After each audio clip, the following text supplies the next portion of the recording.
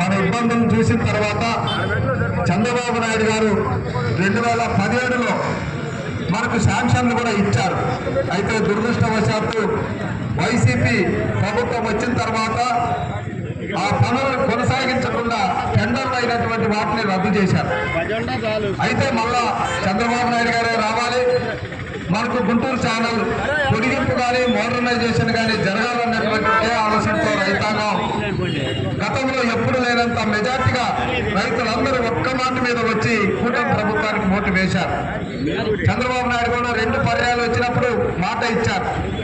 ఆయన మేము ఎప్పుడు కలిసినా మన ఎంపీ గారు, కేంద్ర మంత్రి గారు తమ్మసాని గారు, మేము ఎప్పుడు వెళ్ళినా మీ గుంటూరు ఛానల్కి నేను నిధులు ఇస్తా 1 ఇయర్ లోపల మాట నిలబెట్టుకుంటానని చెప్తారు. ఆయన మాట కోసమే ఈరోజు మనకు గుంటూరు ఛానల్ పొడిగింపు మరియు మోడర్నైజేషన్. ఎందుకంటే ఇప్పుడు పెద్దలు రత్తయ్య గారు చెప్పినట్టుగా గత కాలం నుంచి కోరుతున్నప్పటికీ అక్కడ లెవెల్ మెయింటైన్ చేయకపోతే నీళ్లు పైకి రావు.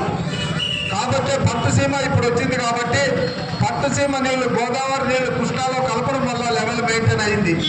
ఇప్పుడు దాన్ని 600 క్యూసెక్స్ నుంచి 750 చేస్తే కానీ చివరి భూముల వరకు నీళ్లు రావు. కాబట్టి దాన్ని 750 చేయాలంటే ఆ కాలువల మరమ్మతులు జరగాలి. ఆ మరమ్మతులతో పాటు పర్చూరు వరకు ఎక్స్టెన్షన్ చేయాలి. ఎడల్పు పర్చూరు వరకు ఎక్స్టెన్షన్ చేయాలంటే ఈ 2 కూడా కలిపి ఇస్తేనే అవుతుందని చెప్పి చంద్రబాబు నాయుడు గారు మొట్టమొదటి 2 ప్రాజెక్టులకు సంబంధించి ల్యాండ్ అక్విజిషన్కి 100 కోట్లు ఇప్పుడు ఇవ్వడం జరిగింది. దీని ఎగ్జిక్యూషన్ కూడా 300 కోట్ల రూపాయలు ఇయర్ మార్క్ చేశారు బడ్జెట్లో. కాబట్టి మనము ఈ పనులను ముందుకు తీసుకెళ్తాం.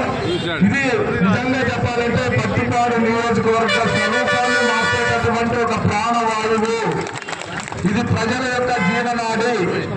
ఈరోజు ఒక ఎమ్మెల్యేగా నాకు అవకాశం కల్పించినటువంటి భద్రతయ్య గారికి, అదేవిధంగా చంద్రబాబు నాయుడు గారికి, లోకేష్ బాబు గారికి, మరి ముఖ్యంగా నాకు అన్ని విధాల సహకారాలు అందిస్తున్నటువంటి మా డాక్టర్ తమ్మసాని కేంద్ర మంత్రివర్యులకు, ముఖ్యంగా మా నియోజకవర్గంలో ప్రతి నాయకుడు కూడా ఈ కార్యక్రమాల పట్ల మేము ఎక్కడ రమ్మని అక్కడికి వచ్చి ప్రజలకు సంబంధించి రైతాంగానికి సంబంధించిన కార్యక్రమాలపై సపోర్ట్ చేస్తున్న ప్రతి నాయకుడికి పేరు పేరున నేను కృతజ్ఞతలు తెలియజేసుకుంటూ రైతాంగానికి ఈ ప్రాజెక్టును ముందుకు తీసుకెళ్లే విషయంలో కొన్ని కమిటీలు వేసుకోవాలి.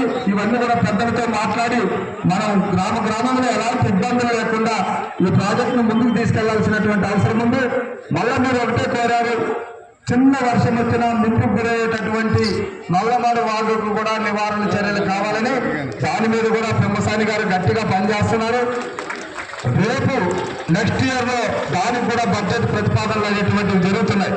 ఈ ప్రాజెక్టు ఎక్కడ కూడా నిలబడకుండా ముందుకు తీసుకెళ్లాలనే ఉద్దేశంతో మన రాష్ట్ర బడ్జెట్ సహకరించకపోయినా కేంద్ర మంత్రి గారు తన యొక్క పలుకుబడిని ఉపయోగించి కేంద్రంలో మంత్రి అవ్వడం మన అదృష్టంగా భావించి అక్కడ నాబార్డు నుంచి కూడా ఏదైనా సహాయం తీసుకొని దీన్ని ముందుకు తీసుకెళ్తామన్నటువంటి దృఢ సంకల్పంతో ఉన్నారు. కాబట్టి ఈ ప్రాజెక్టు ముందుకెళ్తుంది. ఖచ్చితంగా మన చిరకాల వాంఛ నెరవేరుతుందని మనవి చేసుకుంటూ మీ బిడ్డగా మీ కోరికను తీర్చే అవకాశం ఆ దేవుడు నాకు ఇచ్చినందుకు చంద్రబాబు నాయుడు గారికి మనస్ఫూర్తిగా నేను శిరస్సు వంచి నమస్కారం ఇచ్చి, అదేవిధంగా పత్తిపాడు నియోజకవర్గ ప్రజలందరికీ కూడా తల వంచి నేను నమస్కరిస్తున్నాను. నమస్కారం.